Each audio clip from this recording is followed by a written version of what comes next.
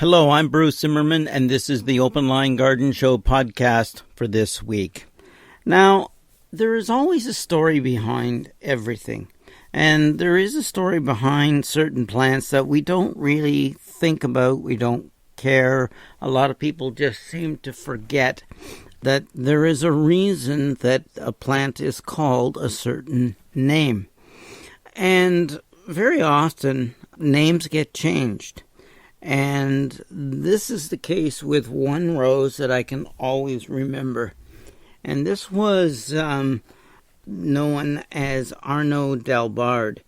Now, Arnaud Dalbard is the grandson of the founder of Georges Dalbard Nurseries, who did a lot of the breeding for roses. And he and, let's say, Macready in Ireland actually did a tremendous amount of breeding, and we are, of course, very, very thankful that they did. So what happened was this: when the grandson was born, they named Arnaud Dalbard the rose after him. In other words, they thought, okay, this is the way it is. So when they sold the rights to North America, to the United States, breeders and distributors of the rose, they made a stipulation that you couldn't change the name. Well, as you all know, Arnaud Dalbard is not going to cut it with the Americans. So this is what they did. They called it First Edition, and you all know it as the AARS winner that you've come to know as First Edition, and it really is Arnaud Dalbard. It's a rebloomer, it's a floribunda, it has coral orange flowers. Its growth habit is medium, and it gets to 3 to 4 feet. It's bushy. It has a mild fragrance, so it's a good rose. It won the AARS in 1977, and it is a repeat bloomer that will accept being grown in a wide range of soil pHs. In other words, all the way from 5.6 all the way to 7.8. So it's extremely flexible in its growing as long as you give it lots of sun. And this is a rose that has really ticked off the Dalbard family. So when all the new roses from Dalbard were coming out, the people who used to do all the breeding in the United States for the Dalbard roses couldn't. They were rejected. They couldn't buy and pay enough to get a rose after sort of doing that to Mr. Dalbard. So this is something that happens, and this is like a little story, and I heard this story a long time ago. And we are very, very lucky in the fact that you could in Canada buy the Dalbard rose. And simply because the grower and the propagator for it in Canada was different, and they both speak the same language, French. So this is why. Now, if you remember, and you have to be quite old to remember, or be a movie fanatic, there was a movie called Mrs. Miniver. It would be 75 years now that it was made. It was made in black and white by MGM. It's considered one of their classic movies. It is a war movie set in Britain before the Battle of Britain and the Battle of Dunkirk. So it sort of covers that area of time.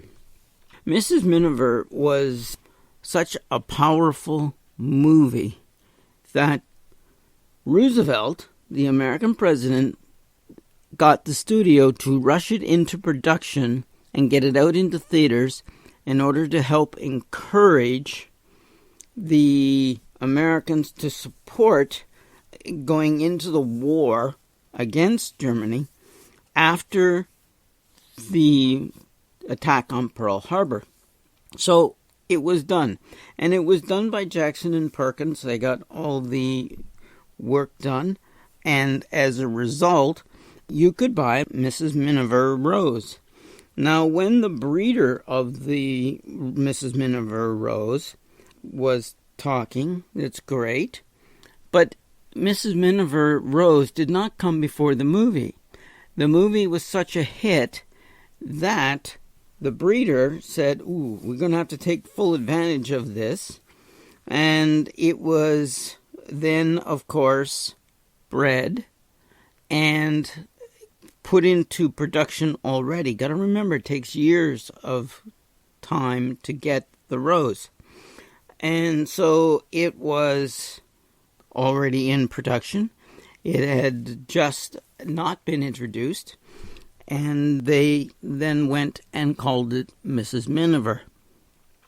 Plant sold like crazy on both sides of the Atlantic. It was very, very difficult to get in Europe, but not in the United States. In Britain, it was bred by Harkness Roses. And as a result, you've got a great, great rose. But what happened was, Mrs. Miniver simply vanished. It stopped. That was it. Couldn't find any, particularly in Europe. And so, after many years, in 2014, they started to look for it again.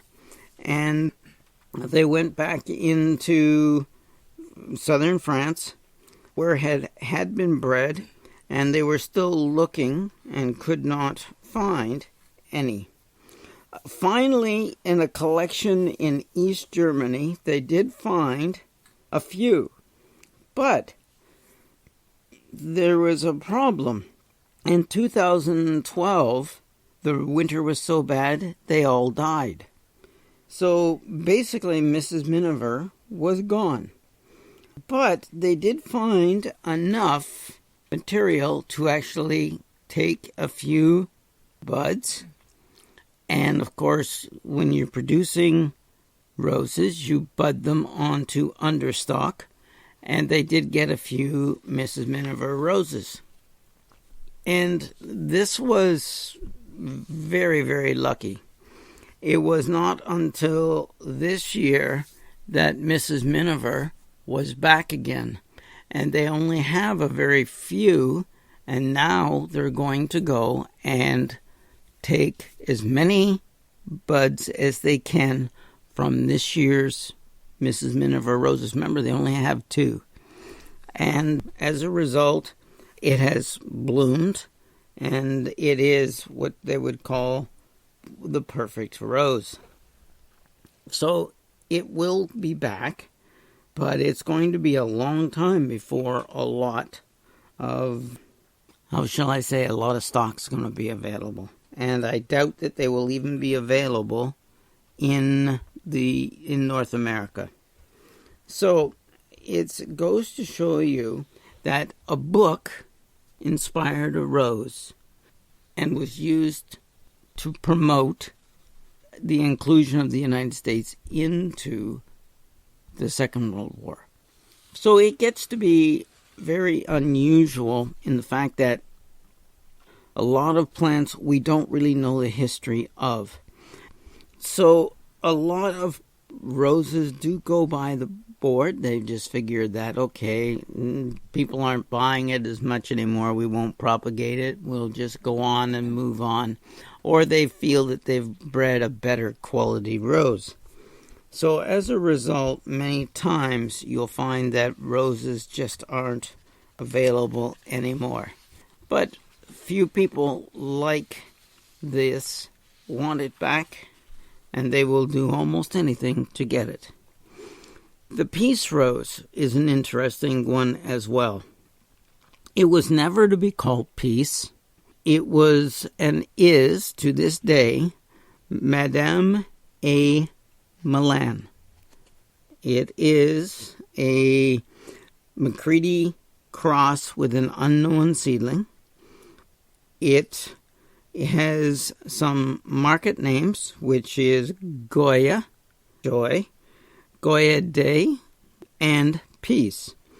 It was bred by Francis Milan in France in 1935 to 1939. Knowing that the war was coming, Francis Milan moved a lot of his stock cuttings to friends in Italy, Turkey, Germany, and the United States to protect this new rose. And it was a good thing. It actually made the last U.S. plane out of Germany just before the invasion, and Conard Pyle, during the war, did all the breeding for it. The interesting thing is that it was first called 3-35-40, which means it was the third hybridization in 1935 and the 40th cultivar selected for test proliferation. So in other words, it sort of was okay, so it was the 40th one they picked to grow on. So it was a surprise because, let's be honest, they're still around today. It was continued by the different people. It was, of course, according to records, the Madame A. Milan was hybridized from Margaret Macready and an unnamed seedling. So in other words, the Irish breeder Macready actually produced one of the parents. And from that and another unnamed seedling, the cross between the two gave us Peace Rose. And as a result, we've got peace even to this day. Simply, if we had not moved all that budwood because of the coming war, and let's be honest, these people knew that it was coming, so this is why that the rose was going to need to be moved out of Europe as well. Peace became the rose name for it because of where it was, what it was, etc. So it is still in production today. It is still known as Peace. It gets, 4 to 6.5 feet high.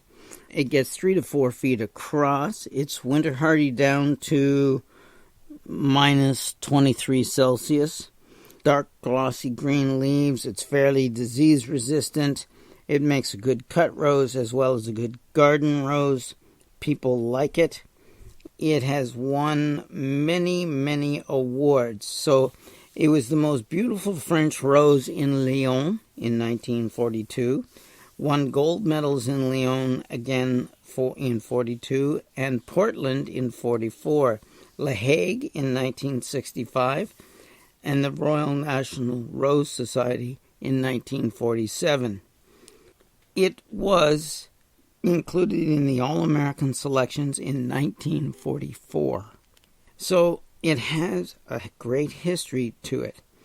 But it also has sports. Now, sports are naturally occurring variations on the original plant. And most of you know the actual sports. Now, these were not bred. These just occurred naturally. So, Madame A. Milan Peace Rose suddenly became Climbing Peace because there was a bigger rose, peace roses, on this climber, but it didn't bloom as prolifically as the regular peace. And then there was Chicago Peace as well.